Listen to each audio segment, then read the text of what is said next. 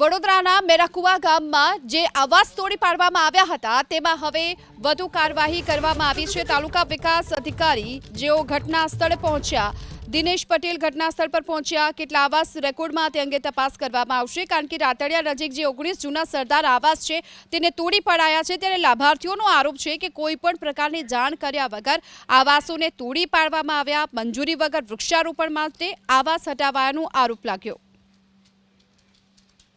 મેરાકુવામાં જે આવાસ તોડી પાડવા બાબતે જે અરજદારોએ મને આવેદનપત્ર આપેલું હતું ઓફિસે આજે બપોરે, તો એની અત્યારે ઘટનાસ્થળ સ્થળે રૂબરૂ મુલાકાત કરી આગળ જે પણ દોષિત હશે એની સામે કાર્યવાહી કરવા માટે પંચકેસ રોજકામ કરવા માટે અમે આવેલા છીએ। તો આવાસ લાભાર્થી જેટલા પણ છે અહીંયા એમને રૂબરૂમાં પંચકેસ કરીને નિવેદન લઈ અને આગળની ઘટતી કાર્યવાહી કરવામાં આવશે। 19 આવાસ હતા। હવે તલાટી કમ મંત્રીના રેકોર્ડમાં કેટલા આવાસ છે એ પણ ચેક કરવામાં આવશે અને જે પણ દોષિત હોય આ ગેરકાયદેસર રીતે તોડી પાડે છે એની સામે કાર્યવાહી કરવામાં આવશે।